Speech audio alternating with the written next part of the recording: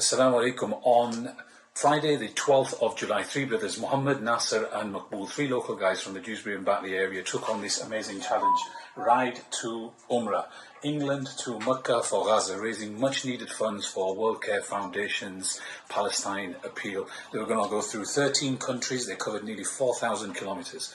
Alhamdulillah, they completed the task and are back safe and sound, and they've raised more than £21,000 for this very important cause. Alhamdulillah, recently they came into the office to tell us about their experience, tell us about the inspiration for the challenge, why they did the challenges that they faced while doing the actual event itself, the kit, how that fared, any difficulties that they encountered along the way, hospitality, food, etc. They wanted to share with us their experiences. So alhamdulillah, they came in. Following is a series of 3 videos telling us about their story, how it went, how the challenge went, and everything that they encountered along the way. The link of worldcarefoundation.org/ride to Umrah is still live. You still can donate, and it will be somewhere on screen as well. Please continue to donate and support this very, very important cause. Jazakumullah. What about the route? Do you think the route worked? So you plotted a route. Did all of the route work? I know there was some improv towards the end, which is inevitable. You can't plan an adventure of this scale and not be flexible. You're going to have to make changes, and I think as long as you're adaptable. But I think 2 questions really. Did the bulk of the route work, and where it didn't work, just tell us about that. Where I think you had to do some rerouting, didn't you? Yeah, I think the overall, I think it worked because we've got a direction in which we're heading. Yeah. So we've got options of what to do. Do we just either straight line it, or do we pick some scenic routes? And then if we've got enough time, then we can do more scenic routes. If not, then jump on the motorways, the toll roads, just to cover the distance. But overall, I think the route was good. It was okay. It worked. I don't think we had any issues. But I think there was one where, like, some of the mountain passes were closed. So obviously, if you're not going to be able to go there, then you just avoid it. Yeah. But generally speaking, I don't think there was any issues. Just head south. Just head in a southeasterly direction, and you'll get there eventually. And safety-wise, I know a lot of people, and family especially, if you plan something like this, there's going to be a degree of trepidation. There's going to be a degree of people worrying about what you're taking on, because you've all got families, and families are going to worry. So safety-wise, what would you say to anybody planning a similar trip? Any recommendations? Did your precautions work, or how was it? Is it safe? I think essentially is the question. Is it safe? How safe was it? Would you do it again? Yeah, 100%. I think it's safe wherever we went. The only thing that we did, just to kind of tick that box, was just making sure wherever we stopped was in a decent area. The night stop. So it had parking, and other than that, I wouldn't know where. Everything felt safe. Alhamdulillah. Yeah, maybe the safety numbers kind of played a part here, because we were together, and like I say, it's, if there was anything that was around us that was possibly, can cause us an issue, but if you've seen the numbers, then, And accommodation was never an issue. You didn't book it prior. You just did it a couple of hours before, maybe. Couple of hours. And it was never an issue. You always got accommodation. Yeah. Brilliant.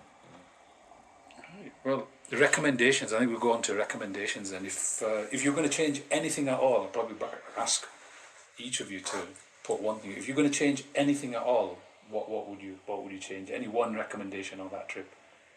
I wouldn't change anything if I wanted to. I think what you've got to do is got to take all of it, the highs and the lows, and you can't really prepare for a ride like this. You can talk about it all you want before the ride, but when you're actually hitting the road, there's just all sorts of different experiences that you have to deal with. And then I think if you just have an open outlook and then just absorb it and enjoy it and embrace it, and that's about it. Yeah. Just do it. It's like the second question, like challenges. Every day in the morning is a challenge. You don't know what's going to happen. Yeah. You plan something, but Allah's plan is always better. Yeah. There's a lot of things that happened on that trip that we could never plan for. No. But definitely Allah opened doors and closed doors, and all for the good. That's the only thing we can see. So many things happened on the way. It's like, it's impossible. You could never do it. Amazing. And I think when you've got such a worthy cause as well, it's it always. I think we find most people that take on a challenge like this, they always think, you know what, actually, I can't believe that it went so easily, or I can't believe that it went so well. And a lot of that is down to the importance and the virtue of the task that you're doing as well. So that's brilliant. Do you want to cover the route? I think people will be quite interested in knowing the route, what route you actually took. So I think you headed out from here to Netherlands. Hull, was Yeah. it? You took it, and then I'll let you pick up from there. So from Hull to Hull to it started from so we took a ferry from Hull into Rotterdam. Rotterdam straight into Germany, and southern part of Germany, a town called Baden-Baden. That's where our first night stop was, and after that, where did we go? Yeah, we camped there, didn't we? Yeah, camped there, and then I think the second night must have been in Austria, you know. Yeah, Austria. It was Austria. That's where we came across a random hotel on a mountainside, typical Austrian wooden pine-built thing. They just had an Indian wedding, and then the guy just kind of threw the food. He said, "We've just had an Indian wedding. All the food's halal. Knock yourselves out." It was amazing. That second night was amazing. So you had a wedding buffet. Yeah, we had a wedding buffet. Yeah. And a breakfast. The leftovers, but mind you, we'd accept anything on that. Yeah, honestly. Yeah. And it was what, 13 countries? So you've got Hull to Holland, Austria. Netherlands, Germany, Austria. Hold on, and now I remember. Then we went into Italy, Slovenia into Croatia into Bosnia back out into Croatia again, Croatia into Serbia, Bulgaria, Turkey and then Iraq, and then Iraq into Saudi Arabia.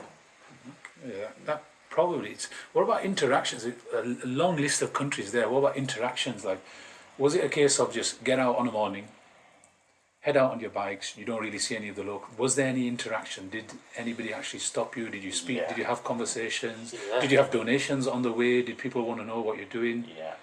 A lot of interactions. Every time you stopped at a set of traffic lights, there was people asking. They were seeing the plates on the back, and they was inquiring. Even I think it was scanning the code, weren't they? They were scanning the code. Even down to stopping outside of a supermarket in some random town in Bulgaria or Serbia. You get the locals coming asking where you're going, what you're doing. They was looking at the place, and we had some very good interactions. We did, yeah. I think it's that image that you've got 3 bikes that people are all geared up to the hill. Yeah, I think a lot of people don't recognise the registration plate. Everywhere in Europe, everywhere in the rest of the world, they've got the symbol at the side. Like we used to have the EU or the GB. Yeah. Now it's not, so they want to know where you're from. Straight away, it's a conversation started. But we had that plate on it, all the bikes at the back, so Yeah. they used to ask like, what is it? Yeah. What are you doing? Literally at the traffic lights, we'd stop. This is, I think, probably in Turkey more than any other country. Yeah. I did be pulling the window down, and they're trying to speak to us in their language. We were saying scan, and somehow I don't know. We did manage to converse with them. We couldn't speak their language; they couldn't speak ours. But we were making progress. Yeah. One time, I think we was on the return leg. I think we was in Turkey. We pulled into a petrol station to have a break. I've put fuel in the bike. When I'm walking back to the bike, there's a Kurdish guy from Holland with his Dutch plates on, and he started asking, "No, where you going? What you doing?" And I told him what was happening, and his kid put his hand forward from the back with his phone, and he went, "Are you the guys that's doing the Umrah? My son's been following you from day one." It's like just some random services in Turkey. A Dutch guy, a Kurdish guy from Holland. So it was amazing all the way. You're getting things like this. Then he came into the petrol station, he paid for our coffee. Yeah, he did. He took coffee and stuff. Yeah. That was nice coffee. Yeah, mashallah. So, I mean, we can see the support that the cause for Gaza has all over the world. You see the rallies and you see the protests, which, despite what the media tries to give you perception, there is worldwide support for what is obviously a very just cause. Did you see any of that along the way, or the flip side? Was there any animosity towards that? Or, why are you doing this for Gaza, for instance? Or because people think it's a Muslim issue. There is this perception that it's just in the Islamic world. No. But you went all across Europe with this. Put it this way. I mean, the thing is, some of the interactions that we had was, first of all, they kind of identify why you're on bikes, where you're going. So we say we're going for Umrah. And then when we mentioned Gaza, they'd literally choke up. You know, they'd be like, "Can't believe it, you're doing it." You know, that would put them on another level with us. You know, Like what happened in Austria, innit? Like we stopped for a drink, and then person we told them that we're doing for Gaza, and they said like you can have UN for ice cream. Oh no, that was in Germany. Germany. Yeah, that was in Germany. That it was a small village, and there was a farm, and that farm in the middle of the village had an ice cream shop. So we bought 3 ice creams. We'd had the ice cream, and was chatting to there was an old German couple. So we're trying to talk to them in a kind of bit of a broken way. And then, did you go back for an ice cream? Yeah, I did. And she gave him the ice cream, and then she started offering us coffee, because obviously it touched the heart. And these are not Muslim people, and you think I've kind of got the perception that German people are a bit hard to things, and they're kind of dry in the sense of humour. But still, there was the people's got kind hearts out there, and it's for a good cause, and people understand what you're doing really, and so they try their best to help in their own way. You could see the humanity in everywhere. Humanity is from the word. here all the way down Everywhere.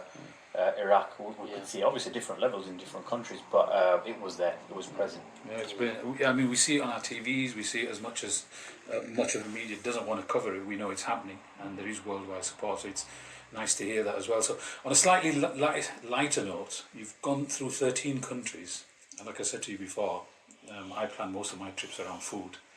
So I'm going to ask each of you the best dish and which country that you had. Now, Okay, I've got mine. I know I've got mine as well. You got yours? I think it might be the same. Mohammed is straight in there. I've got mine. You guys I don't know. I don't know. So it was in Turkey. Oh, I've got mine. Yeah, I would have It's gone the with same Turkey. one. It's the same one. I could have guessed Turkey, I think but the go same on. one. No, it was in Turkey. I'll tell you the story from the beginning. I can't remember if it was coming or going. I think it was going. Was No, we're going. was it going or return? Whichever way. It got to the afternoon, and for me, I can't speak for them two, but I was done. I was shocked. I just wanted to go to sleep. Back. Nasser found a village on the road, and you could see the minaret, the masjid. Nasser's pulling. Sorry, just to correct you, it's 10 a.m. in the morning. This was. Yeah. No, it wasn't. It was. We Was prayed it? Zohar. Think about it. Yeah, we prayed Zohar. Yeah, of course, yeah. Yeah, So it was early. So we must have set off very early. Yeah, before Fajr. Yeah, and I was done. So we pulled into this village, and we got into the masjid, and I just knocked out. I didn't realise. I was too tired, so I didn't know which way the masjid was facing. I fell asleep in the first saf. He tapped me and says, "You're snoring." He woke me up, "You're snoring." So I kind of opened my eyes, and I just knocked back out. Next thing, this old guy shaking me, he's going, "Zohar, Zohar." I opened my eyes, the masjid was full. I've been sat snoring the first half, and I opened my eyes, all these old guys staring at me. So, after we prayed, they kind of all come forward and started asking what you're doing and what's the cause and blah, blah, blah. One old guy offered, he went, "Do you want to come back to my place for food?" And I was so tired and so hungry. And normally, if we just talked about food before, I'm a big thing about cleanliness, and I don't like eating from strangers. I was so happy that the guy offered the meal. It was an old farmer, so what was he called? Abdul Rahim? Abdul Karim or something Abdul like Karim. that. Abdul Karim. Yeah. So went back to his place. The guy couldn't really speak English. Nasser knew a little bit of Turkish, so we had a bit of conversation going on. The meal he brought out, I've only just spoke about this meal today. I don't know, it was rice stuffed in vegetables or something. I think it was because I was hungry anyway. It was knockout. The yogurt he brought and iron. Yeah. The iron was obviously was on another level because he obviously got his own cows and he's made it fresh. But the thing is though, just to add to for me that was for me it's the same meal. What about you? Was it same one or no? No. Go on, what was yours? I was, when we were going down, I'm not big eater, but when we get into the city of San Lurfa. San Lufra. Yeah, the sandwich. Yeah, that was a a nice one. Yeah, that was a very good meal. You had a rice, you had a rice, and I had a sandwich. Yeah, that come up close. Yeah. Close second. I want to know what's in his sandwich. It was Tell me it was doner. It was mixed doner. like chicken and beef, wasn't it? I had both mixed. Yeah, beef and chicken doner. Yeah. That was. I've got a photograph of that meal. I don't normally take photographs of meals, but this is an odd occasion where I just can't help myself. I'm not a big eater, but I love that. Guy eats like a bird. Yeah. Alhamdulillah, it's nice. Brilliant. Nasir's got one. What was Nasir's? No, favourite it's just one? the same as He's same as Mohammed's, but Mohammed's. I think what I wanted to add was. So Abdul Karim's house. Yeah, mashallah. But the thing is, though, it's that house. I mean, when we went there, you just look at, you know what we said about hospitality, and the further east you go, the less they've got and the more they're giving you. You walk into this yard and there's nothing there. You go into their living room, they've got no furniture. The rug that's on the floor is like paper thin, isn't it? Yeah, yeah. It's It been was a washed like well-worn Persian. 1,000 times. Yeah. And they're just literally giving you everything that they've got. Yeah. You know, every room is like, they've Yeah. got no furniture at all, have they? The plate that the guy brought out was nearly as big as this table, pile high with rice, and it was embarrassing because obviously they want to give you the world. You're thinking you haven't got the world, but they're giving it to you on the plate, Yeah. basically. Yeah. And it was, for me, it was a very emotional time to be so tired, so hungry, and the hospitality was just on another level. But it was, like I said before, the further you get, the more they want to give. Yeah. The further east you get. Yeah. No, I think that's a common theme we get with the less people have, the more they want to give. Or the harsher the climate, or the harsher the surroundings, the more hospitable they are. Because inshallah you enjoyed part 2 of this 3 video series where the brothers Muhammad, Nasir and Makbool have shared their experiences on their rides to Umrah. Please join us on the next video for part 3 of them sharing their experience. And don't forget to donate. The link inshallah should be on your screen. Jazakumullah.